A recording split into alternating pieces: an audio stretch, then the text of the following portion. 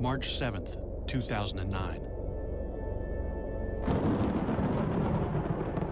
Night falls early in the Philippines.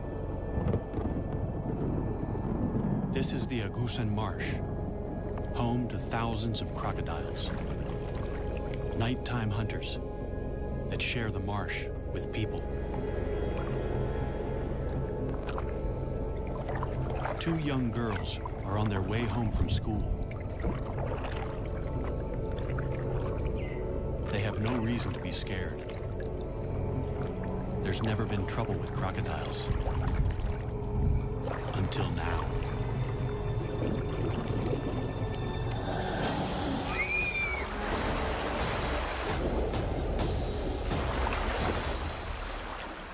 Only one girl survives.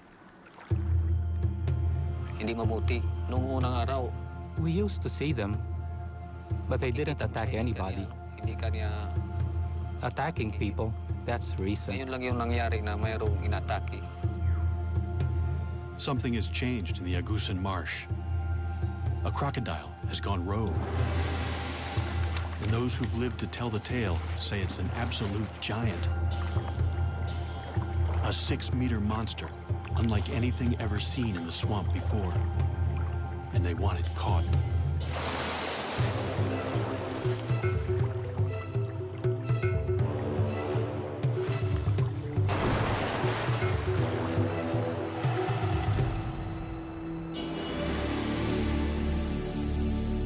And just 5 kilometers from where the girls were attacked, villagers catch a massive crocodile.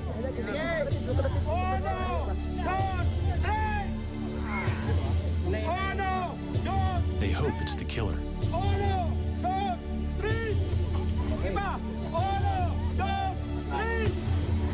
All night long, they struggle to haul it back to the village. It's alive. Still wants to fight. It's clearly an exceptional animal. But the real question is, have they just caught the largest croc on record? And will that finally bring an end to 2 years of terror? The Agusan Marsh lies on the island of Mindanao in the southern Philippines. It's an almost pristine wetland the size of the city of Chicago. At the southern end lies Lake Mihaba. The enormous network of lakes, rivers, and marshland is an ideal habitat for crocodiles. People live here for the same reason as the crocs. The fishing is good. Some build their houses floating right on the water.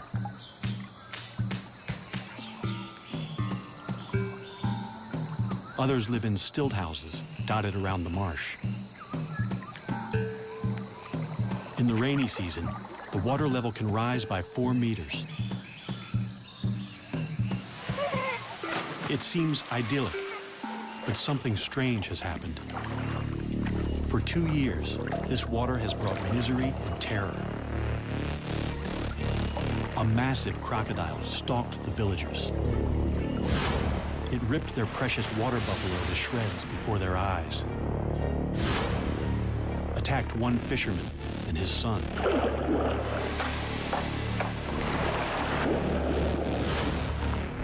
And snatched another man from his boat to eat him alive. But it all started with the attack on the schoolgirls on Lake Mihaba, in the heart of the marsh.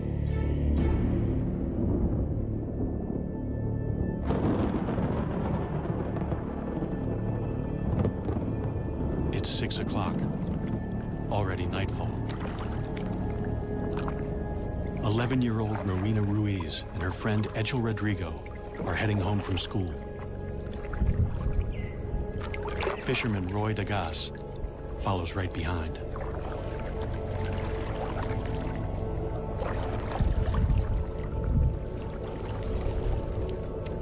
None of them knows that they're being watched by a crocodile about to start a killing spree.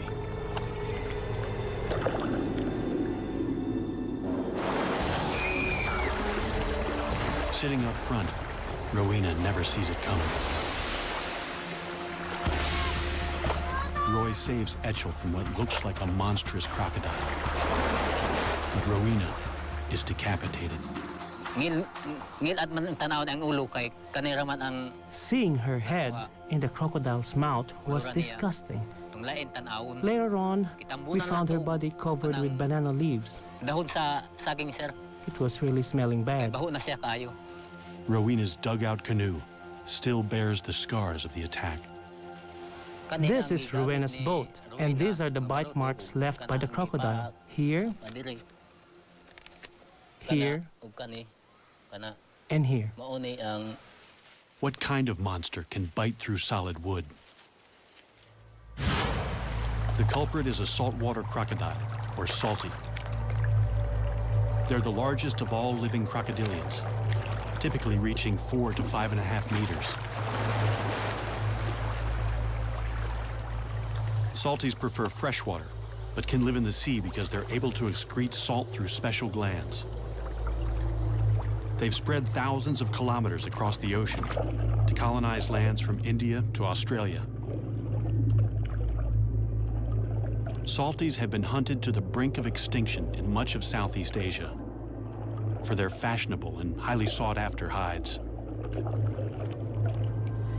They also have the strongest bite of any animal.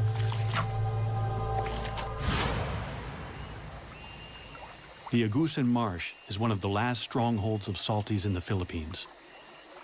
Since 1994, the crocodiles here are fully protected. Killing one could land you 12 years in prison. The tables have turned. Now the people are being hunted. Roy Dagas is badly shaken by the attack. I was afraid that Rowena's parents would blame me for her death and kill me, since I was the one who picked her up. With a rogue crocodile in their midst, no one feels safe. But they have nowhere else to go. 70% of the people here make their living by fishing. We wouldn't get any work in town because my husband is a fisherman. So we have to stay here in the Agusan Marsh. We have no choice but to stay here. The people who live in the marsh are mostly an ethnic minority known as the Manobo. They live a mostly traditional lifestyle in one of the poorest areas of the Philippines, completely dependent on the marsh for their livelihood. After years of peaceful coexistence, people here suddenly live in fear of crocodiles. We stay inside most of the time because we are scared. We only go outside when Roy is around. We used to see them, but they didn't attack anybody. Attacking people, that's recent. Because the crocodiles are strictly protected, the villagers can't hunt the croc down until the government issues a permit. Meanwhile, children go to school, and the men still have to go out fishing to feed their families.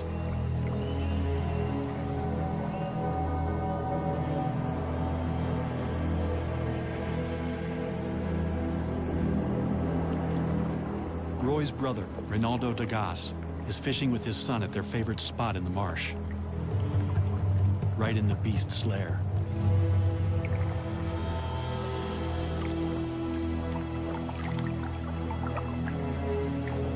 Fishing from the low-sided canoe, they're sitting ducks when the monster croc attacks. The pair fights back. Nasagwal ko yung ano. I hit it on the side of its head with my paddle. Kaya Then it bit the side of the boat. mga ano It lang, was very close. yung pagkagat niya sa akin.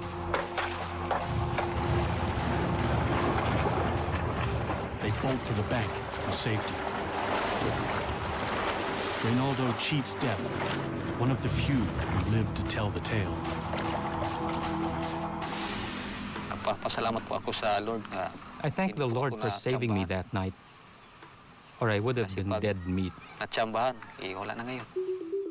Just downriver from Lake Mihaba lies the village of San Marcos, population 1,075. The village has no electricity or running water. It's the main base for the Manobo, including people who live in floating houses and retreat here in the rainy season.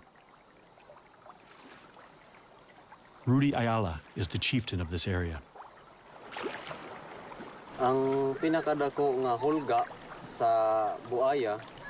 The biggest threat to crocodiles here is the growing number of people moving into the crocodiles' territory, Ang ilang pagkaon, competing with them for food and ang space. ilang pagkaon sa nagkagamay.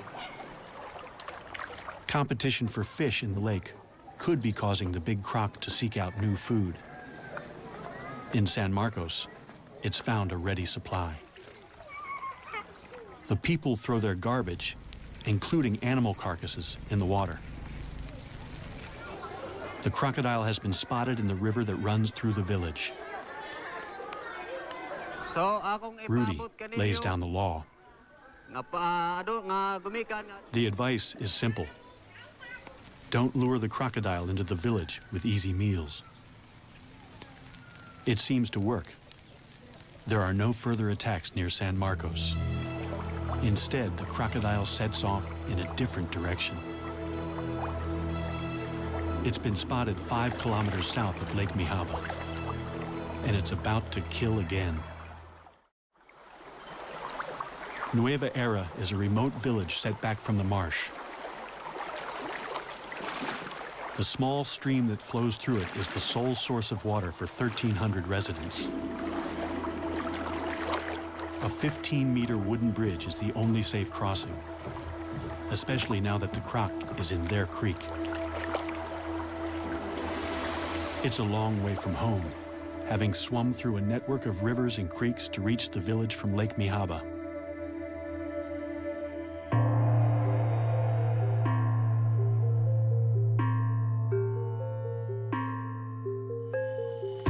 Local farmer Daniel Oxtero has already worked a full day on the land. After dinner, he has to go out fishing, working a double shift to feed a wife and 7 children. He doesn't go far. Fishing near the bridge, he's within earshot of his younger sister. Daisy's house overlooks the creek. Kahit gabi na po ay nagngisda pa rin ang Even though it was dangerous to be on the creek at night, Daniel had to go fishing so he could buy rice the next day and feed his family. Without knowing it, Daisy hears her brother's final moments. Nang gabing iyon, The night that Daniel disappeared at about 9 p.m., PM ng gabi. it was dead quiet in the village. I felt like I was the only one awake. Then the dogs started to bark angrily. Mga tahol ng aso, parang galit na galit ang mga aso. And then I heard splashes in the water, very loud splashes. Malapit sa ilog namin na napakalakas na palo.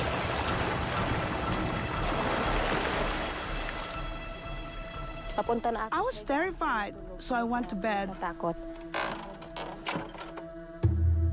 At kinaumagahan, The next morning, sa amin One of our relatives came to tell me that Daniel had gone missing. Daniel na hindi nakauwi.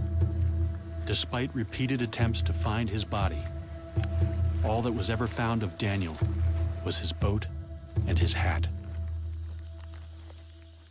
This picture is the only memory we have of Daniel, because just before he was killed, his house burned down and everything he owned was destroyed.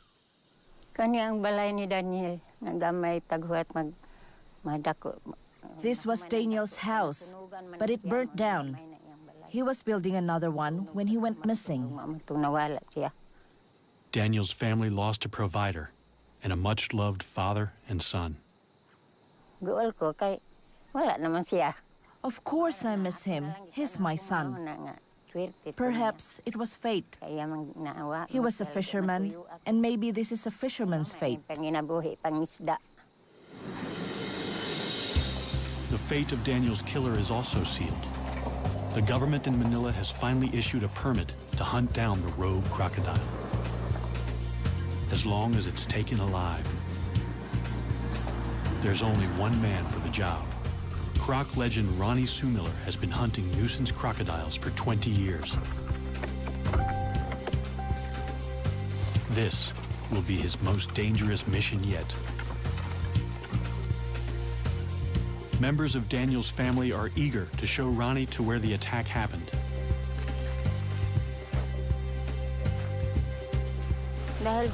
I really want them to catch that crocodile because I want to see if it ate my brother. I am scared of the big crocodile. Para sa mga buhaya, We're especially afraid for the children. There are lots of children here. The children don't swim here anymore, but they're in great danger anytime they come close to the creek. The water's edge is a favorite hunting ground for crocodiles. They're ambush predators. It's a strategy honed over millions of years. By lowering their heart rate to 2 beats per minute, they can stay submerged for an hour without breathing, waiting for prey to stray into the strike zone. The attack is sudden and fast. Death can be slow. Crocodile teeth are not for chewing. They're for holding the prey, while the croc uses brute strength to rip it to pieces. They spin to tear off chunks from large prey, the infamous death roll. Smaller prey is shaken to pieces. Ronnie's plan is to use the croc's own preferred hunting strategy to capture it.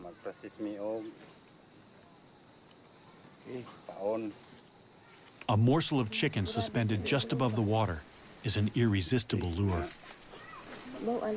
So that's the principle. One, it is grabbed by the crocodile. The crocodile will run away, and this will close down. This will catch the upper jaw. In Ronnie's experience, a snare is least likely to injure a crocodile.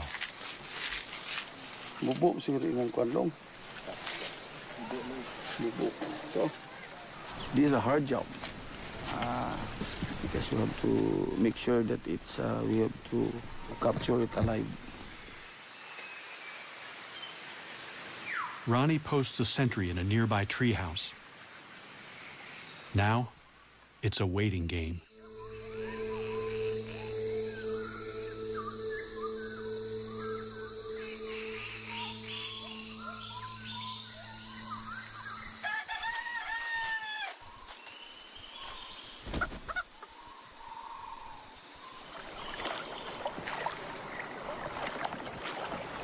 In the morning, the bait is gone and the trap is torn.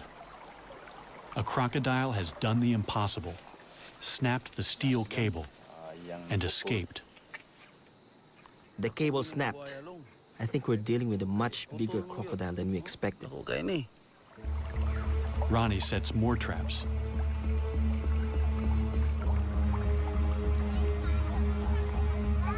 For the villagers, it's a terrifying wait. They find trap after trap in shreds. The croc must be huge. 3 weeks later, a trap finally holds.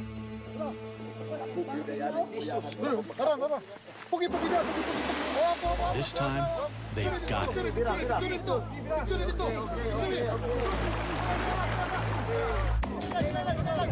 Several dozen men strain in a tug-of-war with a powerful crocodile on the end of their line. The beast is so heavy and so powerful that it takes several hours to haul it in. It's clearly no ordinary crocodile. But it's only when they finally landed that they realize exactly what they're up against. It's immense.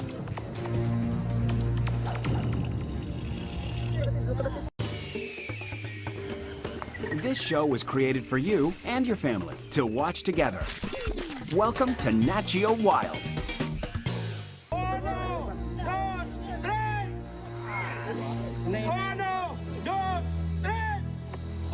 60 people work all night to drag the beast a kilometer and a half back to the village.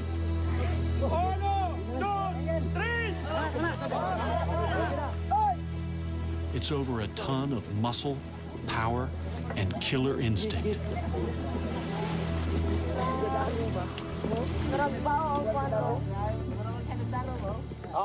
As word spreads that they've caught the killer, more and more jubilant onlookers flock to the creek. Everyone wants to get close to the enormous animal now that he's tied down.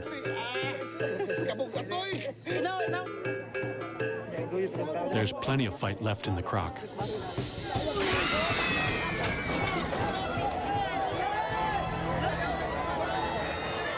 For a moment, everyone's heart stands still. The ropes only just hold. But the hard part is yet to come. They have to transport the enormous reptile 11 kilometers to a purpose-built tourist park at Consuelo, near the main road.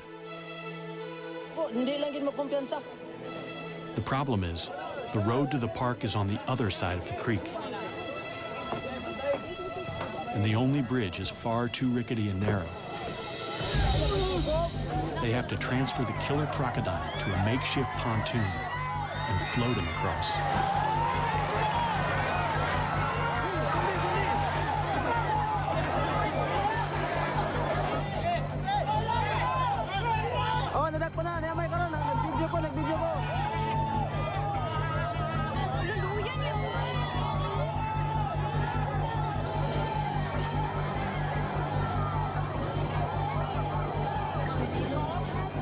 Finally, after they struggle for 24 hours, victory.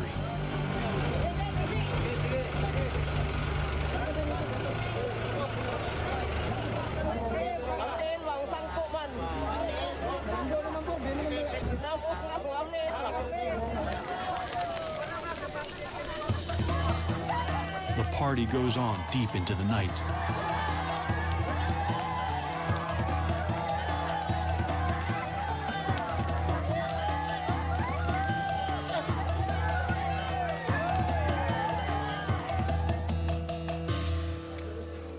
Morning finds the monster the star attraction at the Echo Park. Its pond was initially going to be a swimming pool for children. It's clearly a male. He weighs more than 1,040 kilos. Female salties rarely exceed 160 kilos and grow no more than 4 meters. This guy looks to be over 6. They call him Lolong. Lolong could get them into the Guinness Book of Records. They finally get a good look at him, but the villagers have second thoughts about whether this is the killer croc. That's not the right one, is it? No, it's too small. In the cold light of day, they say that no matter how big he is, he's just too small to be the killer.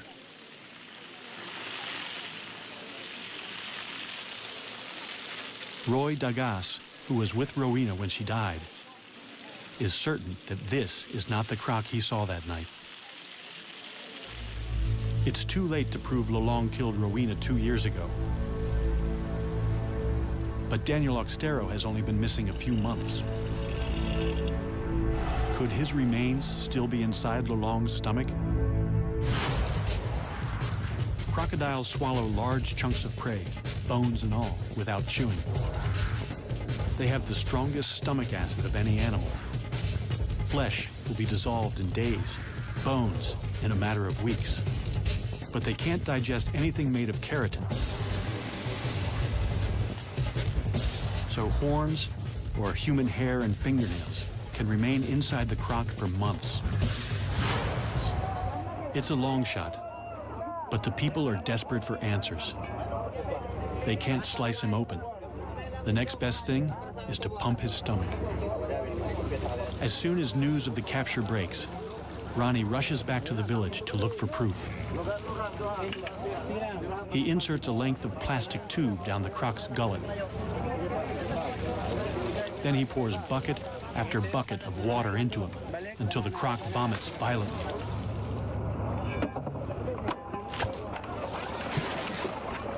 Ronnie doesn't find any human remains. The stomach pumping is inconclusive. It's possible they didn't get everything out, or that Lolong had coughed up a hairball before they caught him.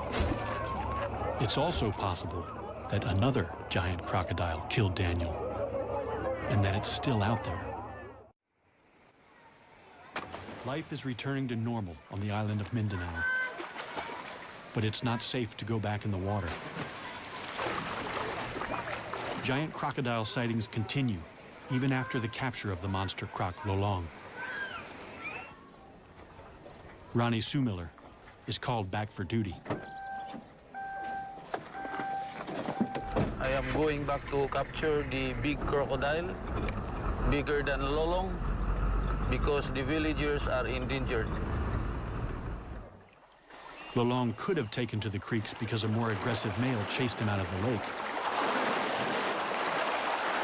It's a frightening prospect. The first place to look is Lake Mihaba in the heart of the marsh. Agusan's crocs are notoriously shy, so the best chance of finding it is at night. We are going to Lake Mihaba to spotlight and hopefully to see large crocodiles. With a local guide, he ventures into the crocodile's world at the most dangerous time. Every attack so far has occurred at night. It's dangerous to do this in this lake because of the presence of the large crocodile. But using flashlight, normally they will not attack. They're not alone. There are hundreds of crocodiles all around them. One of them could be the giant killer. In this lake, it could be 2 or 3 large crocodiles. Could be as large as Lolong, maybe 20 feet. They see lots of smaller crocs.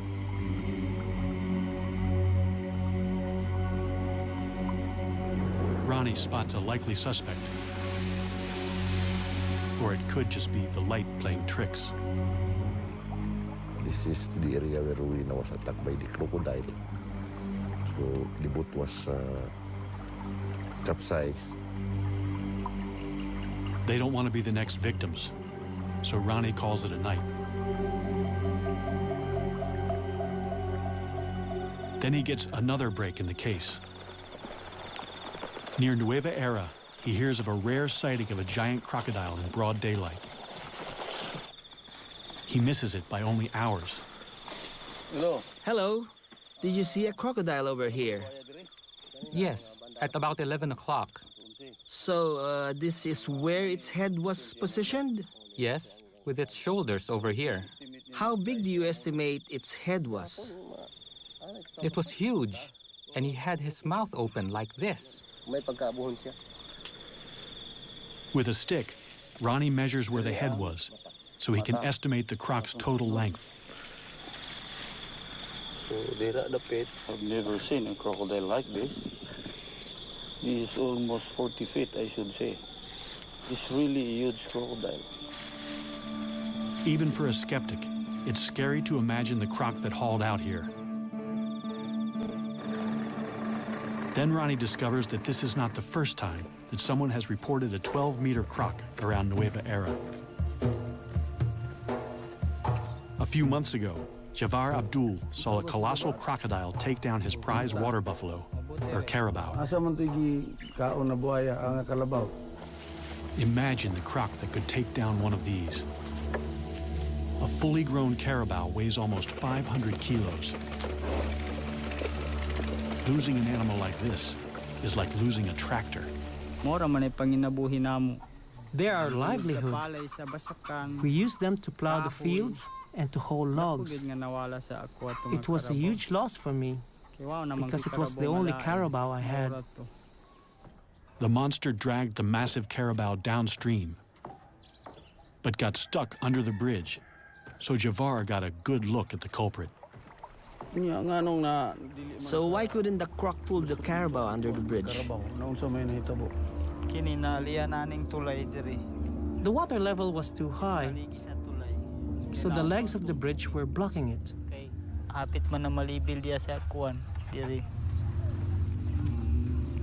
And how many crocodiles were there? 2. 2? Were they different sizes?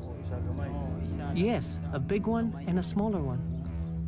Then he drops a bombshell. The smaller one was Lolong.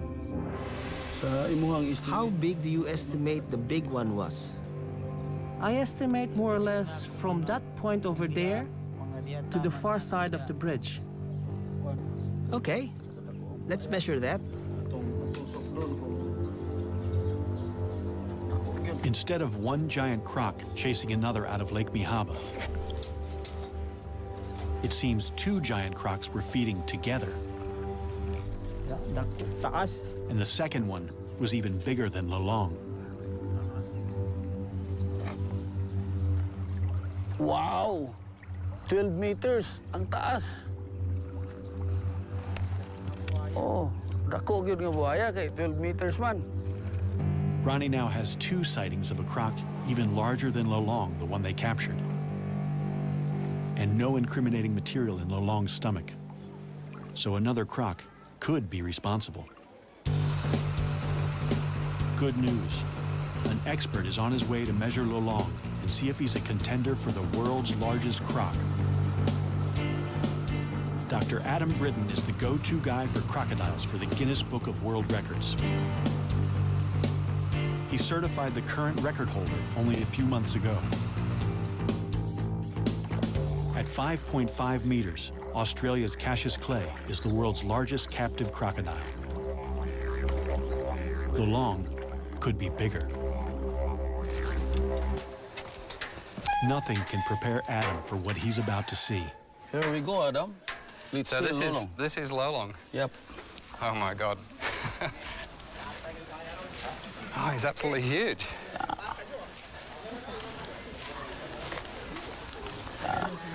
That's Lolong. It's incredible. Yeah. So really huge. I think he's the biggest crocodile I've ever seen. Yeah.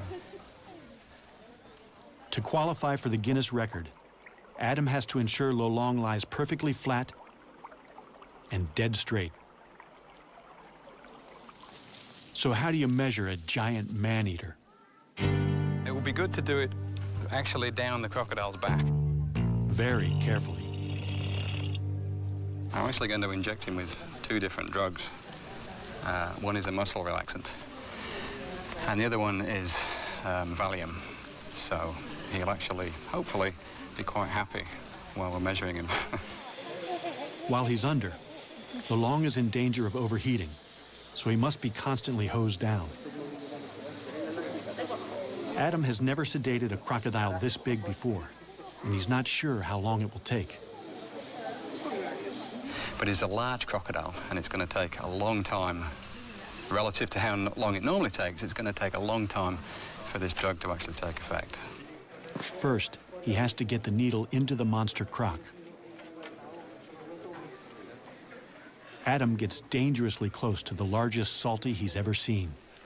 So yeah, Ronnie, if you can keep a close eye on him, you see he's got his left legs backwards, so he's still quite relaxed. But look for any signs like he starts to lift himself up or starts to move his head. This is in a relaxed position. That's he's in a relaxed position right now. Yes, I can get out of the way quite easily, and I'm going to go that way if anything happens.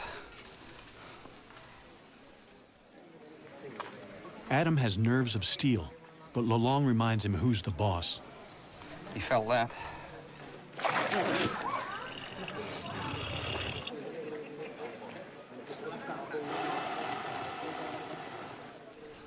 He's got some really powerful muscles that run down his tail, and this is intramuscular. So I'm just gonna go between the scales here. You see this skin is so soft. It'll just go straight in. If I were to try and get it through there, it's actually quite tough. Okay.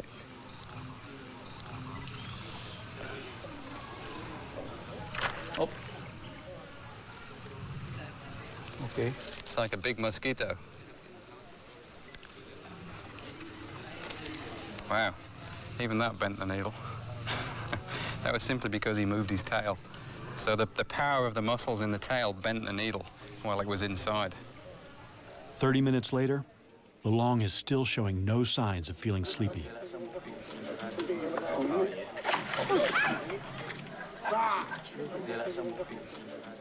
It's actually good. Every time he swings like this, then his blood is pumping. And the sedative that we put in will take effect more quickly. Okay. The sedatives are still showing very little effect. But Adam has drugged Lolong as much as he dares. Too much could kill him. They're going to have to shut those massive jaws by force. We have to remember that this crocodile is huge, is enormously heavy, very powerful. Adam can't do it alone. He's going to need some help. We're going to use 6 people for this procedure. He's going to have, by the time we're finished here, he's going to have 2 ropes on his jaws. So one person on either side of his head is going to hold those ropes nice and tight. Then I'm going to jump on the back of his neck and push his head down. This is after I put a towel on his eyes. I'm going to get one person then behind me to help me keep weight on his chest, and then 2 more people on his back legs. And we're going to lift his legs up off the ground so that he doesn't have any leverage with those legs. And he's still going to be stronger than us, really. I mean, he's huge, incredibly powerful, strong crocodile. But it's amazing when you get on the back of the head, particularly, and you cover the eyes and you put pressure down there, they often give up. They'll just sit there and say, okay, do what you need to do. Fingers crossed, anyway. Ronnie rounds up 5 volunteers.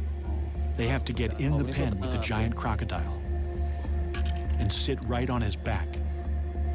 Okay, let's go and test him first and see if that drug is taking any more effect.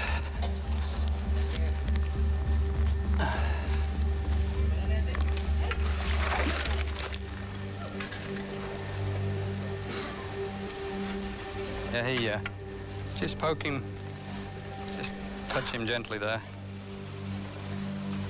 You see the way he tried to flick his head then?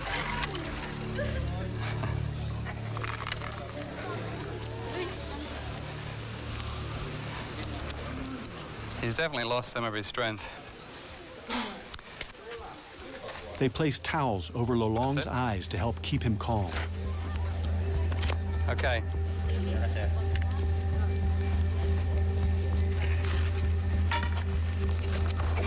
Holy mackerel. Okay, quick, grab his legs. Now we need someone. Okay, everyone on, someone with the tape now to tape his jaws. Then it sticks to itself. One more, that's good. Okay, break him off. Scientists know very little about giant crocodiles. Also, I'll take one off. This is the first time anyone's been able to measure a living croc over 6 meters. Okay, is everyone good? Yep. Okay, good job. I mean, I'm so used to doing this, but everything's scaled up. It's amazing. It's like measuring a dinosaur. It's just, it's amazing. I'm not used to this. 84. 84, that's the interorbital. Okay. Adam takes this rare chance to make detailed measurements. 255, it's actually 496. What do you say? 450? Finally, yeah, okay, 450, the one exactly. everyone's waiting for. Now for the moment of truth. Dr. Adam Britton is going to measure snout to tip along the curve of Lolong's body. Yeah, that's good, yep. All right, just make sure this goes straight down the middle again. This is the one that has to be.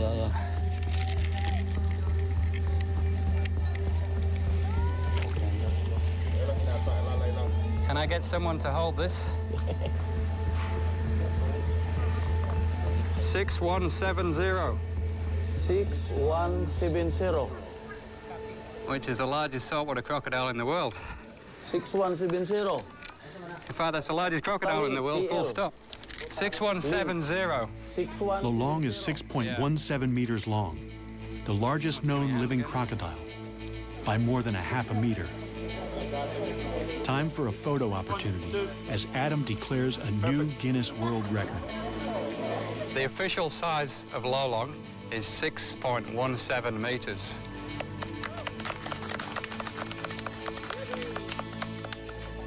I'll give him a round of applause for that. That's very impressive. How did Lolong get so big? Adam thinks he was born to it, and that he could have big brothers with the same giant crocodile DNA. As with humans, nurture is just as important as nature. Crocs grow most when they're young, but any stress inhibits growth. Only 1 or 2 siblings in a clutch reach their full potential. In his formative years, Lolong must have had plenty of food and few competitors. There were also far fewer people in the marsh to stress him out with their outboards and dynamite. Adam has what he's come for, but getting off again is almost as hard. Everyone from the back. We'll go backwards, all the way backwards, straight up. You last? Yes. And then I will come off and I will take the towel off.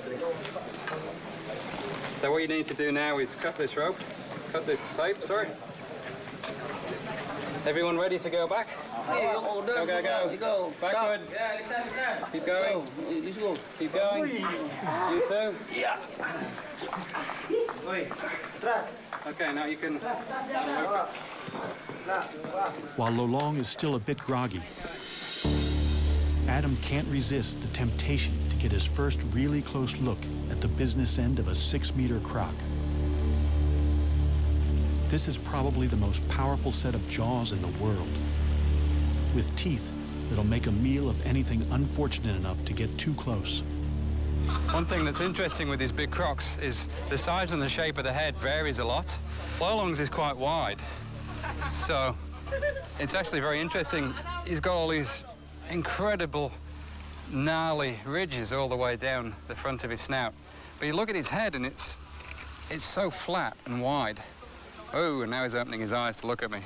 So, well, if he's looking at me, I'm going to move a little bit further out of range. So a saltwater crocodile has got the strongest bite of any animal, without question, and particularly Lolong. I mean, this will be, if we were to measure this bite, he would be the strongest that had ever been measured. It's quite amazing. But if you're going to have such an incredibly strong bite, then the jaws have got to be strong enough so that they don't splinter when you bite down on something like a turtle, for example. And the whole shape of the crocodile's head is really designed to give it that strength so that it's reinforced. So if he bit down on something, then it's not going to escape. Which reminds me, I better step back before I actually test this myself. Lolong is now officially the world's largest crocodile. His newfound fame is a massive boon to the community's tiny economy. In just the first few months, he brings in over $11,000 from tourists. There's a thriving cottage industry of Lolong-related goods. Their once mortal enemy has become a source of pride. However, there is still no proof that Lo Long killed anyone. The attacks probably started because more and more people are moving into the crocodile's territory. And crocs are smart. Once they're onto an easy meal ticket, they'll keep coming back. There have been no more deaths since Lo Long's capture. Still, the rumors of another giant croc won't go away. And after Adam and Ronnie go home, the people of the Agusan Marsh will still be living with thousands of crocs just meters from their houses. They've caught the world's largest crocodile, and they have a pen ready for his bigger brother. No matter what the experts say, the people believe that the real killer is still out there.